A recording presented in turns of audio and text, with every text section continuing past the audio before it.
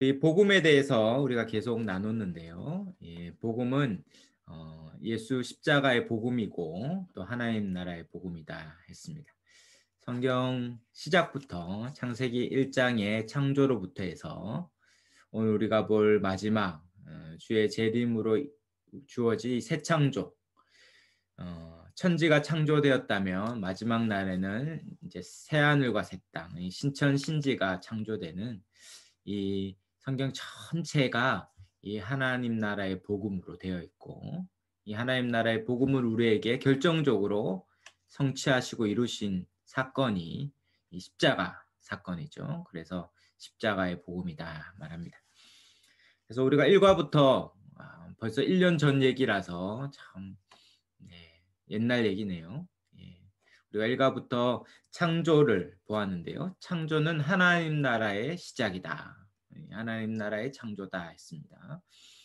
하나님 나라는 왕이신 하나님이 자기 백성인 아담과 하와를 이 땅, 이 지구, 특별히 에덴 동산에 두시고 하나님 나라의 복을 주셨다. 그러므로 이 창세기 1장부터 하나님 나라의 이 복된 창조, 또 하나님의 놀라운 은혜를 누리는 창조를 보았습니다. 그러나 이과에 가서 곧 창세기 3장에 가서 그 하나님 나라를 상실하죠. 하나님 나라는 그 왕이신 하나님께 순종함으로 복을 누리죠. 우리가 이 나라의 법을 지키고 순종함으로 안정과 보호와 번영을 누리듯이 하나님 나라는 하나님을 왕으로 인정하고 그 뜻대로 순종할 때 복을 누리는데요. 하나님이 왕이 아니라 하나님 말씀에 불순종하고 내가 왕으로 내 마음대로 내 먹고 싶은 대로 그 말씀에 불순종하여 선악을 알게 하는 나무의 열매를 먹는 순간 그 나라의 모든 복을 잃어버리고 추방당합니다. 그래서 주님께 불순종하여 하나님 나라에서 쫓겨난 죄인이 되는 것이죠. 그의 삶은 하나님 나라가 풍요와 풍성함, 충만한 그렇다면 하나님 나라에 쫓겨난 인생들의 특징은 이 생명이 아니라 죽음이고 풍성함이 아니라 빈곤하고 결핍되고 목마름과 배고픔, 허기와 갈증으로 살아가는 그게 오늘날 우리의 삶의 특징이죠. 아무리 먹어도 하루에 5끼씩 우리 먹어도 여전히 배고픕니다. 이루고 싶은 것을 다 이룬 정상에 가본 사람들이 그것이 허무하여서 인생의 의미를 못 찾는 경우가 있습니다.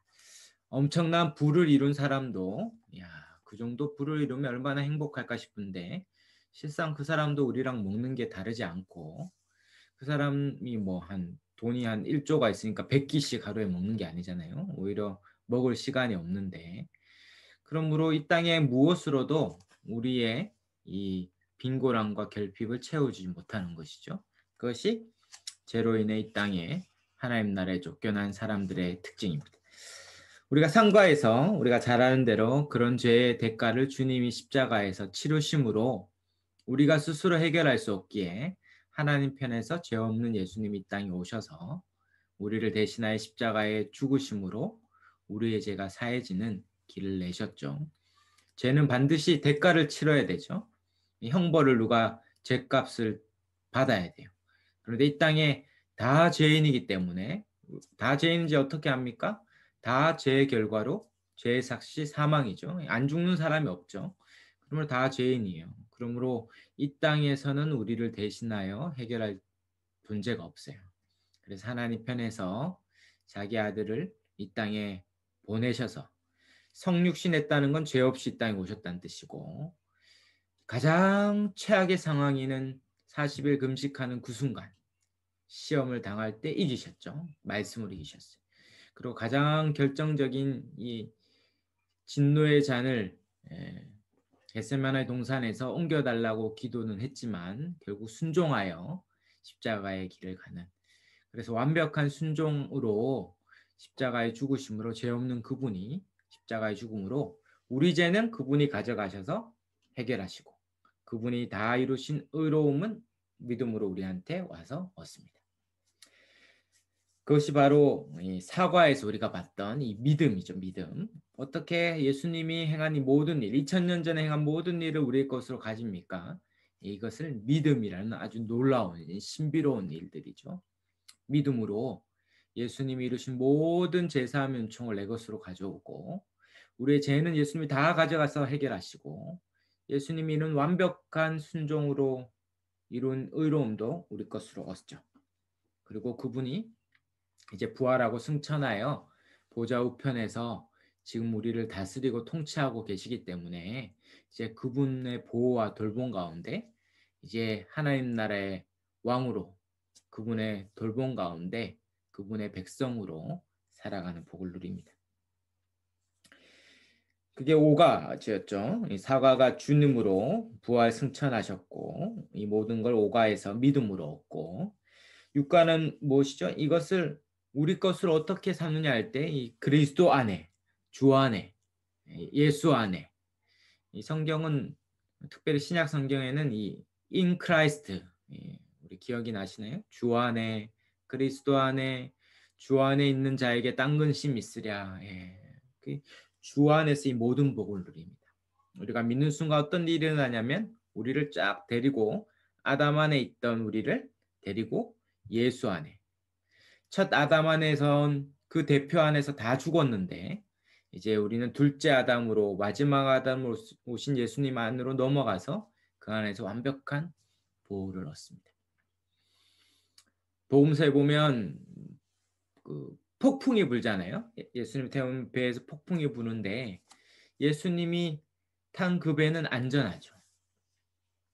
놀라운 건 그 뭐 폭풍을 잠잠케 하신 것도 놀랍고 뭐 여러 가지도 다 놀라운데 제가 제일 신기했던 건 예수님이 주무신다는 거예요. 그 폭풍 가운데 얼마나 피곤했으면 주무실까 싶긴 한데, 야, 이 그 다 죽는다고 난리치는데도 주무시고 계시잖아요. 그래가지고 깨워서 예수님 지금 이 자는 상황이 아닙니다. 이렇게 깨우는데 예수님이 깨우니까 좀 짜증이 나셨던 것 같아요. 그래서 왜 깨우냐 하니까 막 죽으려고 합니다. 그러니까 예수님이 폭풍을 향하여 뭐라고 얘기합니까? 성경은 잠잠하라 이렇게 얘기하는데 성경은 좀 고상하게 기록한 것 같고 실제는 우리 옛날 아버지가 시끄러워서 깰 때 하시는 거잖아요. 야! 뭐 이렇게 시끄러! 뭐 이런 식인 거죠. 이렇게 막 이렇게 한마디 하자. 한마디 하자. 한마디 하자. 막 상같이 태산같이 있던 그 파도가 순간 싹 사그라드는 거예요. 원래 파도는 서서히 일다가 서서히 사라지잖아요. 이게 자연현상인데 이 집체 맞는 파도들이 막 우리를 죽이려고 오는데 그게 말 한마디에 탁 사라지고 갑자기 고요한 바다가 되니까 그 배 타고 있는 사람들 얼마나 공포스러웠겠습니까? 그들이 배에 있는 사람들이 다 두려워 놀라서 이것이 어찌된 일인가? 그가 진실로 바람과 파도도 잠잠케 하시는 창조주이신가? 이 묻는 것입니다. 바로 주 안에 있는 자에게 그런 것이죠. 우리가 지금 시편 보고 있는데 시편 46편에도 보면 하나님이 소리를 발하시면 모든 적들이 순간 전멸합니다. 이 반지의 제왕에 보면 마지막 장면이 그런 것이거든요. 성이 다 함락되고 밀릴 것 같은데 어디서 막 유령 같은 것들이 와가지고 일시에 전세를 역전시키고 그냥 끝내버려요. 그 전까지 그렇게 고생했는데 너무 순식간에 영화가 끝나니까 약간 허무했다 그런 사람이 많더라고요. 실상 주님이 그런 분이죠. 우리 인생에 아무리 놀랄 만한 일이 있어도 주님이 오시고 주 안에 우리가 거하면 안전하다. 완벽한 보호를 얻는다. 그것이 육과의 그리스도 안에서 누리는 하나님 나라의 복이다. 오늘 우리 새벽에 우리 오늘 큐티 말씀도 그렇죠. 하나님이 우리의 성이 되시면 사방이 다 공격할 허벌판에 홀로 있어도 하나님이 우리의 불성곽과 불병거가 되셔서 적들을 다 멸하는 것이죠. 그러므로 우리는 두려워할 일이 없고 염려할 일이 없다. 바로 주 안에 있는 자의 복이 바로 그와 같다라고. 그것이 6과입니다. 7과에 와서 그 복이 이 땅에 탄생한 것이 뭡니까? 하나님 나라가 왔다. 회개하라 천국이 가까웠다. 예수님의 하나님 나라를 가지고 오셨는데 이 땅에 탄생한 것은 교회라는 교회. 그럼 교회는 하나님 나라의 현시다. 현재 보이는 곳이다. 하나님 나라의 전시다. 하나님 나라의 증거다. 세상의 빛이요 소금이죠. 하나님 나라가 이 땅에 보여주는 빛된 공동체. 그것이 교회입니다. 그래서 때론 교회가 연약하고 허약하고 부족해 보일 수 있지만 그러나 교회는 2000년 동안 수없는 공격에도 핍박에도 세상의 대부분의 조직과 단체들은 다 없어졌어요. 뭐 아무리 대단하다고 했던 전 세계를 양분했던 공산주의도 이제 끝난 거와 마찬가지죠. 북한이 있지만 뭐 소련도 뭐 중국도 뭐 공산주의라고 하기에는 자본주의가 다 잠식했죠. 그러니까 세상에 엄청난 조직과 단체와 나라와 국가도 다 사라져요. 그러나 2000년 동안 정말 중심되는 뭐 지도자도 없고 뭐 없어요. 오직 예수님을 믿고 따르는 무리들만 있었는데 그런데 교회는 2000년 동안 한 번도 사라지지 않고 오히려 그 이스라엘 땅에서 시작된 것이 유럽과 아메리카와 아시아까지 그리고 아프리카까지 지금 코로나로 어렵지만 아프리카나 동남아에서는 엄청난 부흥이 또 있습니다. 그렇게 하나님 나라는 교회 안에 임하여서 이 교회를 통해서 세상을 구원하고 있는 거죠. 그래서 이 교회는 이 하나님 나라의 복을 누리는 곳이다. 우리가 이제 3월부터 성경적 교회론을 하게 되면 아마 이 교회에 대해서 단순히 이렇게 정리하는 게 아니라 성경 전체, 창세기부터 요한계시록까지 성경 전체가 말하는 이 교회가 뭔지 한 번도 교회를 뭐 12주 동안 이렇게 배운 적이 없으실 거예요. 교회.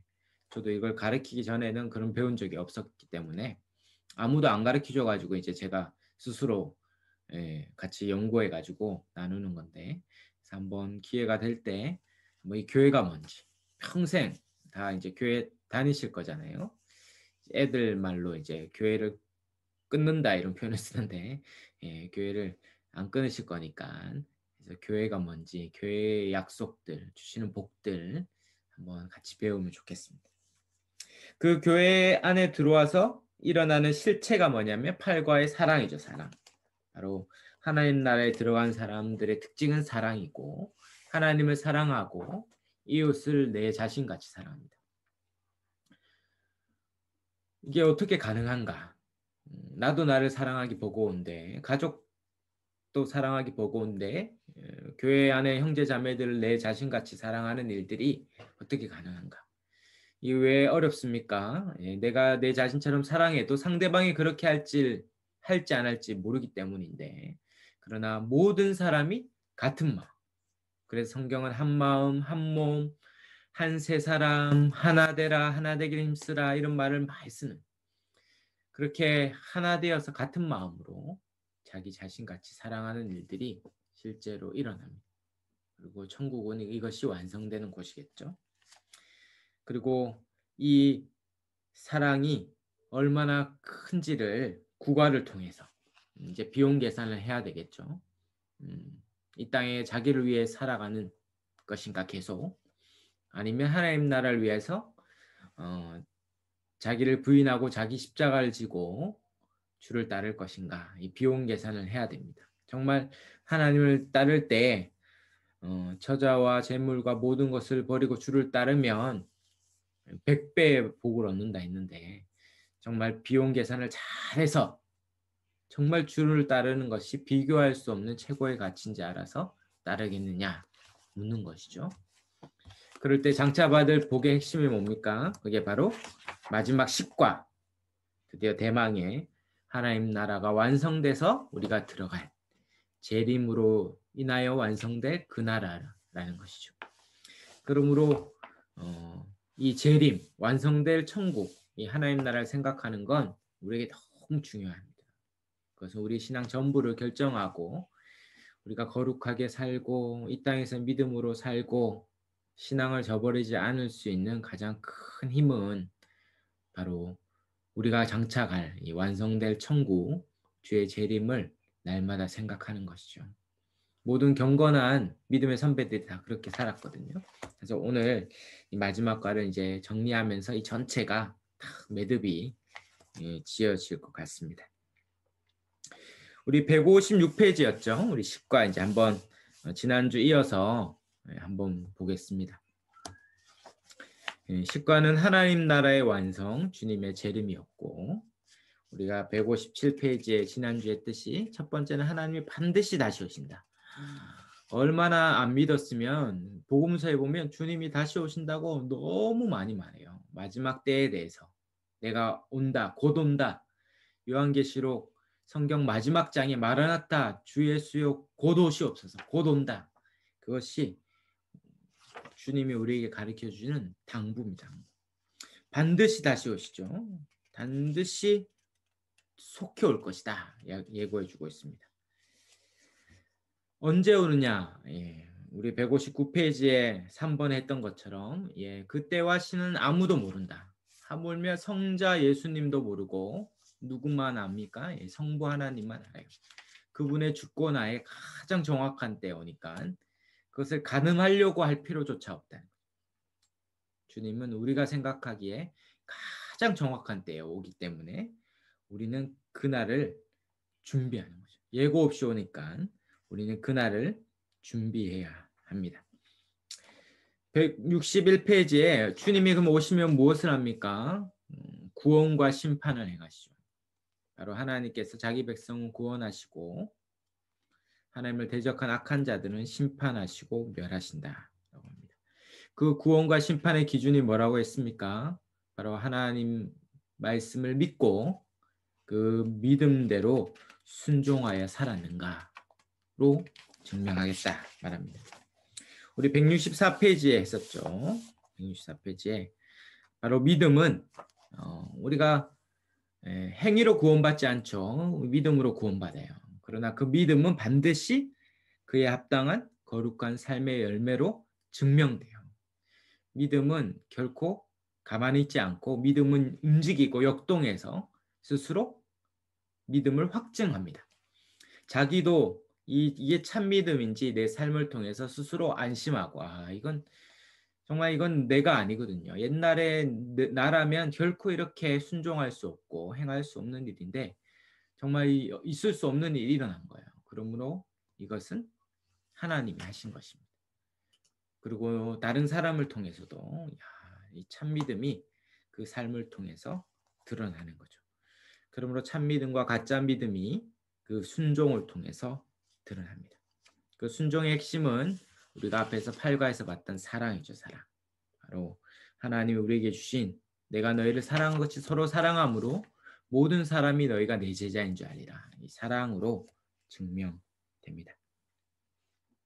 그러므로 166페이지에 우리가 지난주에 마무리했듯이 모든 사람이 행위로 심판당하는데 소자에게 한 것이 나에게 한 것이다 라는 이 엄청난 말씀.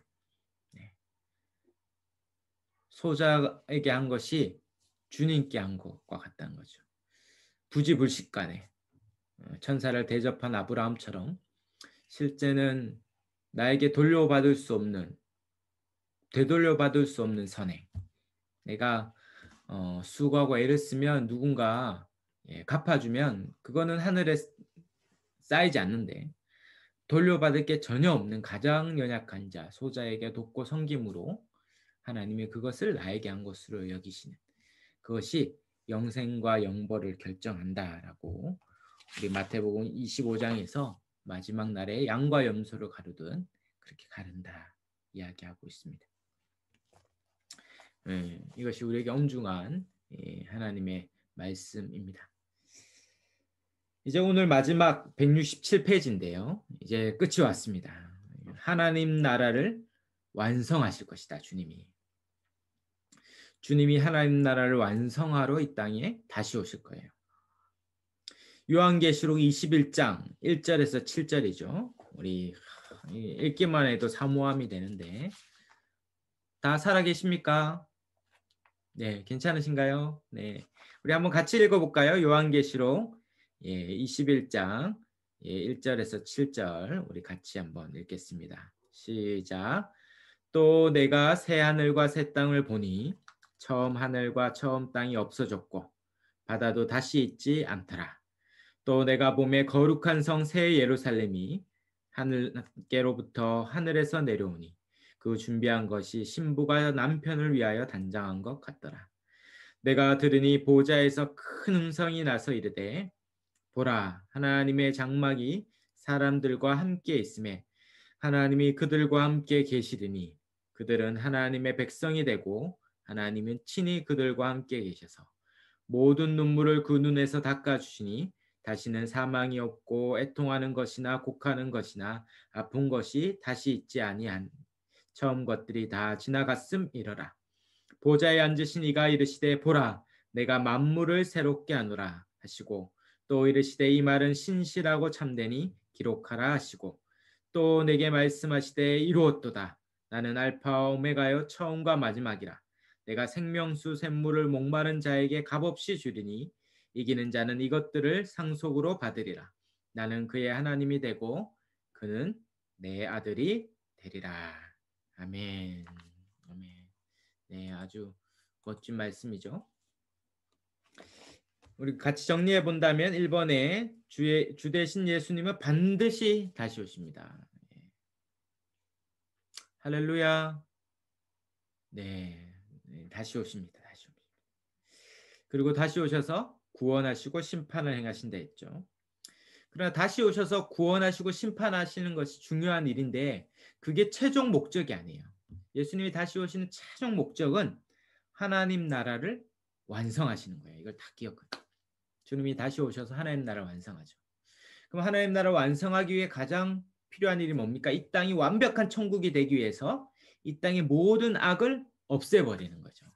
그러므로 주님이 다시 오셔서 이 땅의 모든 악을 없애기 위해서 심판을 행하시는 거예요. 그래서 이 21장을 읽었지만 21장이 왜 중요하냐면 이 성경 전체가 성경의 맥에서도 강조했는데 앞에 2장, 뒤에 2장이 중요해요. 앞에 2장은 뭐였죠? 창세기 1, 2장. 세상을 창조한 이에 죄가 들어오기 전에 그 원형이 뭔지를 알아야 돼요. 그러니까 창세기 1, 2장을 잘 이해하면 원래 우리에게 주시려는 복천국이 뭔지 알겠죠? 그리고 마지막 2장, 요한계시록 21장, 22장은 뭡니까? 예. 모든 죄를 다 심판하고 끝장낸 이후에 완벽하게 이 세상이 재창조되어 영원히 우리가 거할 나라. 그것이 새 창조된 하나님 나라가 21장, 22장에 나와요. 그러니까 앞에 2장, 뒤에 2장이 왁구가 딱 맞죠. 죄가 없는 유일한 이 창조와 새 창조. 천지와 신천지. 신천지 이게 참 어려운데. 천지와 신천신지. 하늘과 땅과 천지를 창조했다면 21장에 뭐라고 얘기합니까? 1절에 새 하늘과 새 땅을 보니 새로운 창조가 있는 거예요. 그래서 하나님이 재림하셔서 뭡니까? 그러면 그 앞에 창세기 3장에 죄가 들어왔다면 끝에서 뒤에서 세 번째인 요한계시록 20장 그리고 또 19장까지 해서 죄가 끝나는 거예요. 죄의 시작과 죄의 종말. 그래서 뒤에서 세 번째 장은 죄의 끝, 앞에서 세 번째 장이 죄의 시작이었다면 뒤에서 세 번째 장은 죄의 끝이에요. 끝. 그래서 성경이 있으시면 예를 들어 요한계시록 19장 20절 적어 놓으시고 나중에 보셔도 되고 있으시면 한번 찾아보실까요? 요한계시록 19장 20절에 먼저 뭐가 끝장나냐면 요한계시록 19장 20절에 짐승이 잡히고 그 앞에서 표적을 행하던 거짓 선지자들도 함께 잡혔으니 이는 짐승의 표를 받고 그의 우상에게 경배하던 자들의 표적으로 미혹하던 자라. 이들이 산채로 유황불 붙는 못에 던져지고 여기 유황못, 유황불 이거는 최종 심판의 장소거든요. 여기서는 이제 다시는 여기서 탈출할 수 없어요. 누가 여기서 심판받습니까? 20절에 짐승과 거짓 선지자. 여기서 짐승은 이제 상징적으로 마귀를 따르는 이 귀신과 사단과 조무래기들 이 짐승과 그 짐승에 사로잡혀서 이용당했던 이 거짓 선지자들, 적그리스도 이렇게 불리는 하나님을 대적하고 신자들을 핍박했던 자들이죠. 이런 짐승과 거짓 선지자가 심판당하죠. 그 다음 20장에 가서는 20장 10절, 요한계시록 20장 10절에 그 다음엔 또 그들을 미혹하는 마귀가 불과 유황못에 던져지니 거기는 이미 짐승과 거짓 선지자도 있어 세세토록 반나 괴로움 받으리라. 예, 영원히 거기서 멸망당할 거예요. 누가 있습니까? 바로 짐승과 거짓 선지자들의 우두머리인 이 마귀. 이 마귀가 결정적으로 심판받고, 그 다음에 이 사단과 마귀가 사용하는 무기의 핵심이 뭐냐면 사망이거든요. 이 죽음이 딱 앞에 서면 우리가 가진 모든 걸 내려놔야 돼요. 야, 이 세상에 가장 떵떵거리면서 뭐 이 세상에 유전무죄, 무전유죄잖아요. 아니다, 유전무죄 맞죠? 이게 돈으로 못하는 게 없는데 돈으로 못하는 게 하나 있어요. 뭐냐면 죽음이에요. 죽음이 딱 오면 수조를 가진 사람도 뭐 자기가 세운 최첨단 병원의 모든 의료기기와 그 의사들이 다 동원돼도 못 살려. 세상에 가장 큰 권력을 가진 사람도 자기가 가진 모든 수만 대군을 써도 못 살아요.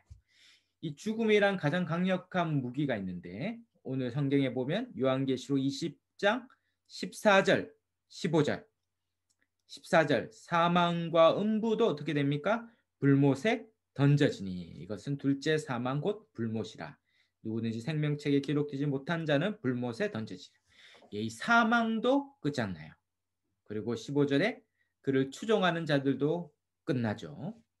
그리고 최종적으로 21장 8절에 보면 21장 8절에 그러나 두려워하는 자들과 믿지 아니하는 자들과 흉악한 자들과 살인자들과 음행하는 자들과 점술가들과 우상숭배자들과 거짓말하는 모든 자들, 바로 하나님을 대적하는 불신자들, 그들이 불과 유황을 타는 못에 던져지리니 이것이 둘째 사망이라.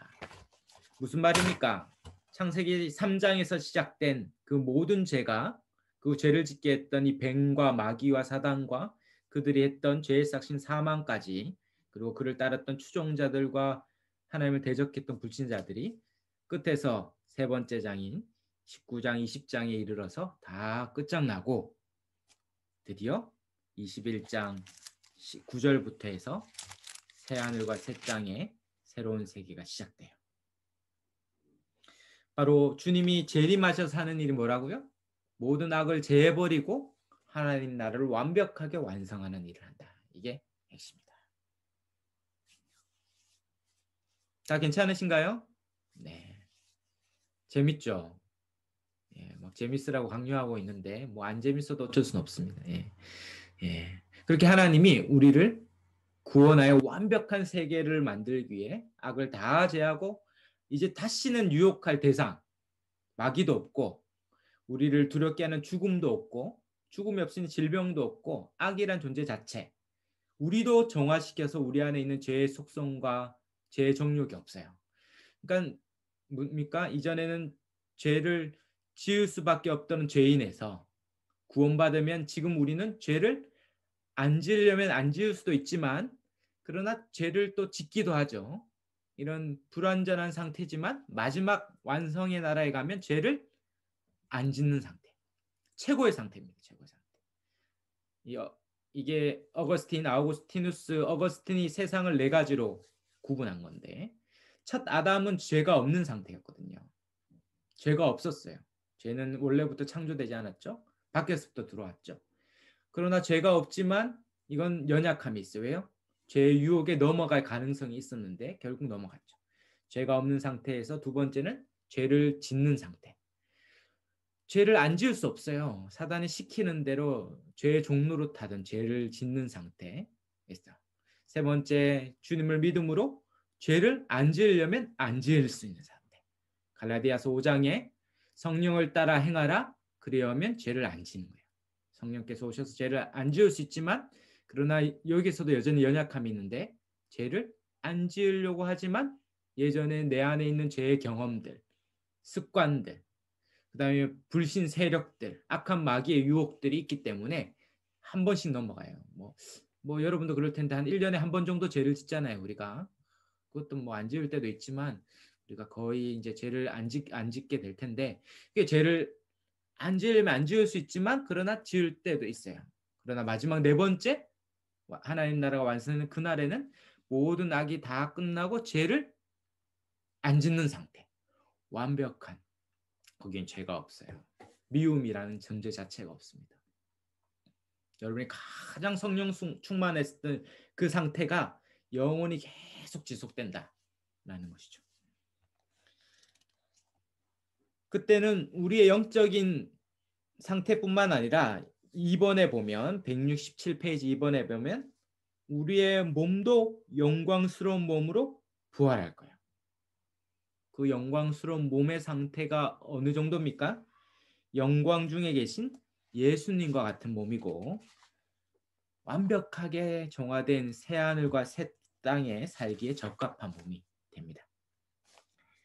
168페이지에 넘어가면 고린도전서 15장이 부활장이죠. 거기에 우리가 어떤 몸으로 부활할 건지 알려주는데, 제가 고린도전서 15장 42절에서 44절을 이제 학원 예배 드릴 때 주로 많이 하는데 읽기만 해도 소망이 생겨요. 화구에 이렇게 사랑하는 부모님, 때론 남편 이렇게 먼저 소천하면 얼마나 슬픕니까? 그리고 화구에 들어가고 문이 닫힐 때 가장 슬프죠. 이제 못 보니까, 형체조차도 못 보니까. 그럴 때 이 고린도서 15장 42절에 44절이 소망이 됩니다. 죽은 자의 부활도 그와 같으니 썩을 것으로 심고 썩지 아니할 것으로 다시 살아나며 욕된 것으로 심고 영광스러운 것으로 다시 살아나며 약한 것으로 심고 강한 것으로 다시 살아나며 육의 몸으로 심고 신령한 몸으로 다시 살아나니 육의 몸이 있은즉 또 영의 몸도 있느니라.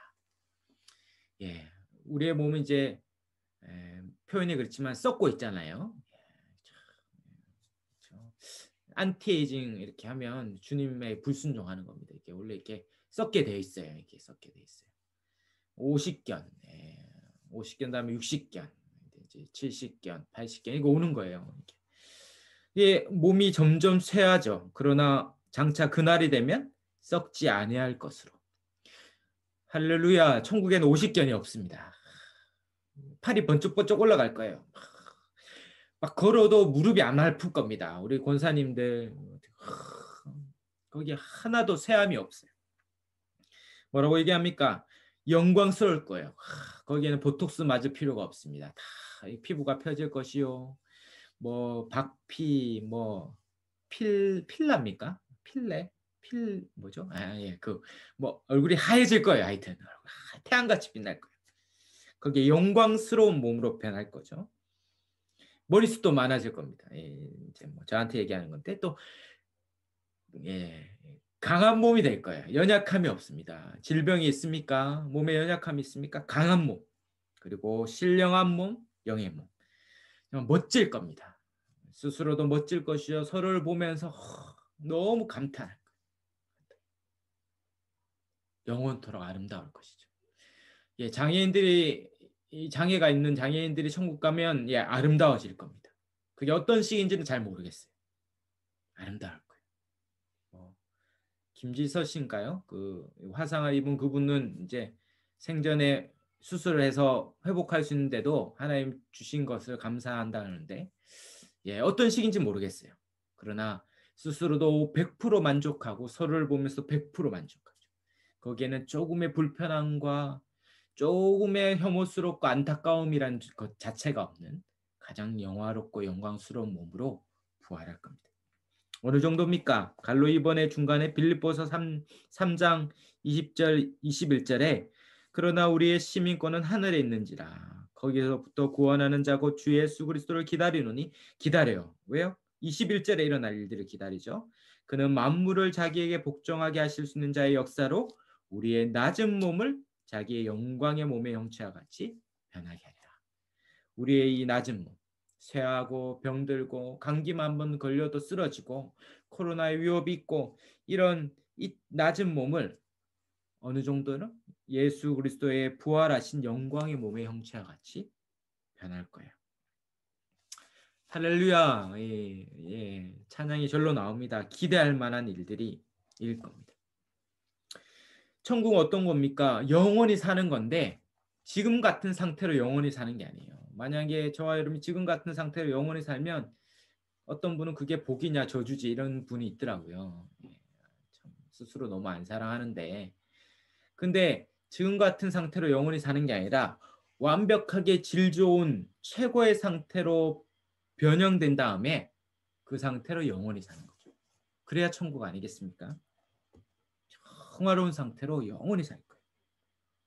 기대할 만하지 않습니까? 갈로스 한 번에 있는 것처럼 이 얘기를 하면 되게 낯설어하는 분이 있어요. 왜냐하면 부활을 이 몸의 실체가 없는 어떠한 영적인 걸만 생각해요. 그거는 이단 중에 이제 가연설이 있는데 몸은 부정하고 영만 깨끗하다 해서 예수님이 부활했을 때 영적으로만 부활했다 이렇게 얘기하는데 예, 불가능합니다. 예수님은 실제로 육체로 부활했고 놀랍게도 예수님이 부활한 이후에 자기가 실제로 육체로 부활했다는 것을 너무 강조하셨어요. 여러분이 부활한 이후에 누가복음, 마태복음, 요한복음, 마가복음 다 부활장 이유로 한번 보십시오. 마지막 장에 보면 예수님이 자기의 몸의 육체의 부활을 알려주기 위해 누가복음만 해도 나타나니 하도 안 믿으니까 왜 이래 안 믿냐.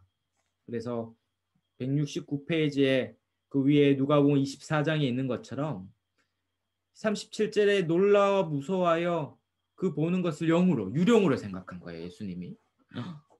도저히 그러니까 제자들은 부활할 거라고 추워도 믿지 않았죠.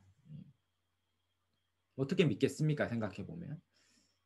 그러니까 너무 안 믿으니까 예수님이 너무너무 안타까워 하면서 39절에 이런 얘기를 하죠. 내 손과 발을 보고 나인 것 봐. 손과 발 보여주면 어떻게 믿습니까? 손과 발에 뭐가 있죠? 예, 못자국이 있으니까. 이 내다 내. 유령이 아니고 딴 사람에는 내다. 발에 못자국. 옆구리에 창자국 보여주는 거예요. 만져봐라. 만져봐라. 영은 살과 뼈가 없을 때 너희 보는 바와 같이 나는 있다. 그러면서 40절에 야, 너 얼마나 안 믿었으면 예수님이 이렇게 막 실물 교훈을 하는 거예요. 봐라 봐라. 손과 발을 보이시죠? 그 41절이 웃겨요. 그들이 너무 기쁜데 아직도 안 믿어요. 이 상태가 웃기죠. 막 너무 예수님 만나서 기쁜데 그래도 못 믿겠어. 그러니까 예수님이 또 실물 교훈을 합니다. 여기 무슨 먹을 것이 있느냐. 이건 배고파서 말씀하시는 게 아니에요. 뭐 배도 고프실 수 있는데 42절에 시연을 하시는 거예요. 시식을 하시는 거예요. 구운 생선 한 토막을 가져서 먹으면서 내가 육체가 살았다 보여줍니다. 유령이 아닙니다. 애니메이션에 보면 이렇게 유령들이 먹으면 막 음식이 막 보이잖아요. 식도가 막 보이면서 막 음식. 유령이 아닙니다. 먹으면 사람과 똑같구나. 똑같구나. 우리 생전에 예수님 며칠 전에 십자가에 달리기 며칠 전에 예수님과 같은 분이구나. 예수님이 왜 이렇게 한 겁니까? 우리의 몸이 부활할 것이다. 예수님도 몸이 부활했고 지금도 영광스러운 몸의 부활로 천상에 계세요. 예수님이 승천하실 때 유령으로 승천한 게 아니에요. 부활하신 영광스러운 몸으로 부활해요. 그 몸을 가지고 이 땅에 오세요. 그럼 우리도 어떻게 됩니까? 죽으면 예수님과 함께 살잖아요. 예수님처럼 영광스러운 몸으로 변형되어서 영원히 살 거예요. 죄가 없는 새하늘과 새 땅에 어울리는 영광스러운 몸으로 부활할 겁니다. 멋질 겁니다. 이걸 자주 상상해야 되는데 너무 멋질 거예요. 제가 청년 사역할 때 남자애들은 천국을 사모 안 하더라고요. 이 청년들이 축구를 너무 좋아하는데 천국 가면 축구가 없다는 거예요. 그래서 제가 알려드렸죠. 천국에 축구가 있다. 기대해라. 축구가 있는데 훨씬 좋다. 너희들은 어떠냐? 오늘 축구하면 일주일 동안 몸 아파가지고 빌빌거리지 않냐? 그러나 천국은 그렇지 않다. 오늘 축구해도 자고 일하면 몸이 새롭게 돼가지고 다음 날도 축구하고 그 다음 날도 축구해도 새하지 않는 영광스러운 몸이다. 그러니까 약간 사모하더라고요. 영광스러울 거예요. 영광스러울 거예요. 스펄전 목사님이 그랬습니다. 여러분이 사과를 먹었습니까? 그 사과의 싱그러운 맛이 좋습니까? 천국은 여러분이 진짜 사과 맛을 알게 될 겁니다. 여러분 먹는 사과는 원래 에덴 동산에 있는 사과가 아니에요. 죄로 인하여 타락한 이 땅에 겨우겨우 버텨서 나온 사과입니다. 아무리 맛있는 사과도 천국의 사과 맛 같지 않아요. 여러분이 아침을 먹을 때마다 천국에 가면 얼마나 더 맛있을까. 여러분이 가장 좋을 때, 여러분 인생에 가장 기쁠 때 천국은 이거보다 더 극치의 기쁨과 만족이 있잖아요. 그럴 때마다 생각합니다. 스펄전 목사님이 그러더라고요. 여러분이 이 땅에 초가집에 사는 것처럼 그래도 좋습니까? 천국은 큰 맨션, 대저택에 사는 것 같은 것입니다. 이 땅에 만족하면 천국은 더 만족할 거죠. 이 땅에 불행하면 천국의 기쁨을 누릴 수 없는 거예요. 그러니까 이 땅을 우리가 귀히 여기고 이 땅에 우리가 만족하며 기뻐하며 살아야 될 이유가 이 땅과 천국은 이어져 있기 때문에 그래요. 예수 믿고 이 땅을 다 부정하고 천국만 구하는 게 아니라 이 땅을 만족하고 누리면서 자족하면서 천국이 더 큰 만족이 있음을 사모하는 것입니다. 3번에 169페이지 3번에 주 예수 그리스도의 재림이 이루어진 마지막 큰 사건은 뭡니까? 이 부활한 영광스러운 몸이 살기에 가장 좋은 최고의 창조 세계의 아름다운 모습으로 재창조되죠. 우리가 읽었던 21장 1절에 새하늘과 새 땅, 그리고 5절에 뭐라고 얘기합니까? 내가 만물을 새롭게 하노라. 이 만물이 새로워진 곳은 새하늘과 새 땅은 저 우주 저편에 어디 있는 곳이 아닙니다. 요즘 뭐 우주에 자꾸 인공지능 쏘아 올리던데 우주 어디에도 천국이 있는 게 아니에요. 천국은 뭡니까? 이 지구죠. 왜 그랬습니까? 처음부터 이 지구를 하나님이 창조하고 보시기에 심히 좋았다 했거든요. 근데 사단이 이걸 훼손했어요. 아무리 훼손해도 하나님이 창조한 걸 완전히 망가뜨릴 수 없어요. 하나님은 이 훼손한 세상을 완전히 리뉴얼해서 그 형태와 그 모양들을 유지한 상태에서 질적으로 완전히 바꾸는 것입니다. 그러므로 천국은 우리가 갈 완성된 하나님 나라는 이 땅과 연속성이 있는 거예요. 만물이 새로워지는 것입니다. 질적으로 새로워지는 거죠. 170페이지에 넘어가서 요한계시록 22장이 죄가 없는 완성된 천국의 일부분을 보여줍니다. 거기에는 에덴 동산의 완성처럼 보여요. 거기에는 1절에 22장 1절에 생명수 강이 흐르죠. 그리고 2절에 보면 생명나무가 있어요. 에덴 동산에는 한 그루만 있었다면 거기에는 엄청 많아요. 그리고 이 땅의 나무들은 한 해에 한 나무가 한 가지 열매를 맺는다면 거기는 12가지 열매를 달마다 맺어요. 신기하죠? 이 생명나무는 1월에는 사과, 2월에는 배, 3월에는 뭐 딸기 이렇게 매달마다 풍성한 열매를 다양하게 맺으니까 너무 다채롭고 풍성하죠. 실제로 이렇다기보다는 대단히 상징적인데 너무 풍요롭고 풍성함을 보여주는 거예요. 거기에는 해와 달이 필요 없어요. 왜요? 5절에 보면 다시는 밤이 없고 등불이 없고 햇빛이 쓸데없는데 바로 빛 대신 주님, 빛의 원체는 하나님이 환하게 밝히고 있기 때문에 어둠의 조금의 그림자, 여러분과 저의 우울함, 두려움, 외로움, 이런 죄가 가져오는 모든 감정과 상태, 이게 단 하나도 틈타지 못할 만큼 완벽한 빛으로 가득하다. 그리고 가장 사모할 만한 것이 뭡니까? 바로 4절에 그의 얼굴을 보는 거예요. 하나님과 어린 양 예수님을 이제는 독대하여 대면하여 봅니다. 진실로 죄로 인해 이 땅은 늘 언택트, 주님을 언택트하는 것 같이 못 만나잖아요. 대면하지 못하지만 그날은 완벽한 컨택트가 돼요. 주님을 눈, 코, 입, 얼굴을 가지셨을 텐데 부활하셨으니까 기대가 되죠.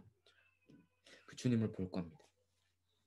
그러므로 새하늘과 새 땅은 이 지구와 연결된 그러나 더 아름답고 풍요로운 땅으로 바뀐 세상일 것입니다. 만약에 이 세상이 그렇지 않다면 171페이지에 중간에 나오듯이 로마서 8장에 나오는 이 피조물들이 고대하지 않을 거예요. 피조물이 고대한다 그러잖아요. 피조물이 19절에 고대하는 바는 하나님의 아들이 나타나는 것. 재림을 고대하는데 뭡니까? 지금은 이 죄와 사망으로 가시나무와 엉겅퀴를 내잖아요. 이 땅이 고통스러워요. 얼마나 고통스럽습니까? 이 코로나와 이게 다 죄로 인하여 망가진 세상에 이 기근과 천재지변과 이 메뚜기 떼와 또 한쪽에서는 빙하가 녹아서 홍수가 일어나고 한쪽에서는 한여름에 눈이 내리고 이 세상이 이 죄로 인해 다 망가져 있는데 그날이 되면 21절에 그 바라는 것은 피 좀 더 썩어짐의 종로타에 해방되어 하나님의 자녀들의 영광의 자유가 있는 거죠. 수많은 약육강식과 적자 생존에 이 자연이 회복되고 온전해지는 것입니다. 그리고 거기에서 온전한 즐거움을 누릴 줄. 그리고 마지막 171페이지 큰 4번에 바로 마지막 하나님과 함께 영원히 사는 임마누엘의 완전한 성취가 천국에 있습니다. 지금은 주님 임마누엘을 했지만 우리의 죄와 또 사단의 유혹 가운데 자꾸 은혜를 잃어버릴 때가 있고 감각을 잃어버릴 때가 있고 막 그러잖아요. 안타깝잖아요. 은혜가 계속 지속되면 되는데 나의 죄된 습관과 괴로움과 나태와 또 죄의 소욕들 또 밖의 유혹들 또 이제 남편이 밥 해달라 하면 말씀만 보고 싶은데 밥 해달라 그러고 뭐 하여튼 뭐 애들은 막 달려들고 막 걱정 근심이 끝이 없잖아요. 그러나 천국에는 모든 것들로부터 해방하여서 주님이 주시는 모든 복락을 누리는 완벽한 천국이 있습니다. 뭐 이렇게 얘기하니까 약간 사모함이 생기시는 것 같은데 표정을 보니까 네, 주님이 계십니다. 제가 시간이 좀 갔지만 그 천국을 얘기하다가 천국은 어떻습니까? 결혼도 없다 이렇게 얘기하잖아요. 천국은 결혼도 없고 장가 가는 일이 없다. 왜 그렇습니까? 1차적으로 천국은 수가 정해져 있어요. 더 이상 출산하지 않습니다. 딱 정해진 수만 천국에 있기 때문에 천사와 같죠. 수가 딱 정해져 있으니까 결혼이 일단 없고 더 나아가서는 부부 관계가 없어져요. 할렐루야. 예, 아멘이 나오는데 우리 남편들이 참 안타까워할 텐데 예.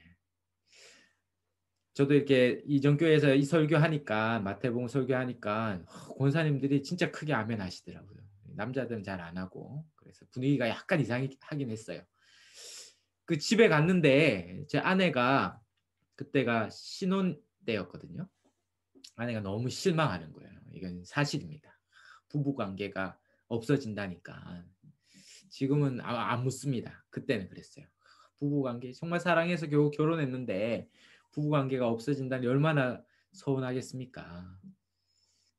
근데 뭐죠? 부부 관계 없어진다는 건 뭡니까? 그러면 탁 천국 가니까 남남으로 보이는 거예요. 처음 만난 것처럼. 원래는 부부 사이였는데. 그런 걸까요? 그렇지 않겠죠. 이게 다 이어져요. 이 지구 우리의 삶과 그 천국 삶이 기억도 이어지고 다 이어져요. 우리 존재도 이어집니다. 영화롭지만 여러분이 천국 가서 저희를 만날 때 서동용 목사님이구나 알아봐요. 우리가 천국 가면 아브라함이구나 딱 알아볼 수 있다는 거예요. 그럼 뭐가 없어진다는 겁니까? 부부 관계만으로 누리는 관계로부터 오는 이 충만함. 세상에 이 부부가 얼마나 세상에 누릴 수 없는 최고의 친밀함을 누리잖아요. 그래서 원래 상처도 받는 거거든요. 원래 상처는 친밀함을 먹고 산다고 부부 관계가 그렇게 친밀하기 때문에 작은 것에도 상처를 받고 때로는 고통스러운 것입니다. 그러나 이 세상에 부부 이상의 친밀함을 어디서 얻을 수 없고 만약에 그것을 얻는다면 그것은 간음한 거예요. 실제로 몸의 간음만 있는 게 아니고 정서적인 간음이죠. 부부로부터 모든 만족과 위로와 정서적인 체험을 얻어야 되는 거거든요. 근데 천국 어떻습니까? 그런 부부 간에 얻는 강도와 깊이의 친밀함, 그 충족감, 그것을 천국에 있는 모든 사람과 함께 누리는 거예요. 몸이 연합한 게 아니라 그 부부 간에 없는 그 모든 친밀한 관계의 강도와 깊이를 천국에 있는 모든 사람과 그렇게 사랑하고 서로 위하며 평생 영원토록 살아가는 것입니다. 내가 내 몸과 같이 아내를 위한 것처럼 동일하게 모든 사람을 내 몸과 같이 사랑하는 진정한 천국이 이루어지고 사방에 있는 모든 사람이 자기 몸과 같이 나를 향하여 사랑하겠다 달려드는, 그리고 그것을 우리는 이 교회에서 누리다가 천국에서 영원히 누립니다. 기대할 만하지 않겠습니까? 천국의 모든 사람은 단 한 사람도 배척하지 않고 자기를 내어주고 우리와 사랑하기 원하죠. 그래서 오고 오는 모든 세대 구원받은 사람들이 천국에 있을 거 아닙니까? 우리는 영원토록 그분들과 사귈 거예요. 매일같이 기대감이 넘치지 않겠습니까? 그렇게 사랑스러웠던 사람들, 그렇게 아름다운 사람들과 매일같이 새로운 사람과 교제하고 교제하며 사랑하고 그 사람들을 잃어버리지 않고 상실의 어려움이 없이 그렇게 영원히 함께 산다고 생각하니 너무 좋죠. 예, 뭐 저도 뭐 개인적인 얘기지만 뭐 수영로교의 부교육자니까 떠나잖아요. 저도 안 떠나면 좋겠는데 떠날 거예요. 그러니까 너무 떠난다고 생각만 해도 이렇게 아쉽잖아요. 제 떠난다고 이제 사랑을 안 주는 분도 있더라고요. 이왕 떠날 거 줘봤더니 나만 상처받더라 해서 안 주시는 분이 있던데 꼭 뭐 그렇진 않으시면 되는데, 예. 뭐 그렇지 않을지라도 이 땅에 이제 죽으면 잠시 떠나잖아요. 이별이 있잖아요. 천국은 그게 없다는 것이죠. 사랑하는 사람들과 정말 좋아하는 사람들과 영원히 함께한다. 더 이상의 방해와 오해와 상처와 아픔이 없이 그렇게 온전히 사랑하는 천국이 기다리고 있습니다. 다 그 나라에 함께 가시기를 주의 이름으로 축원합니다. 네, 다 가서 함께 영원토록 교제하고 사귀시죠.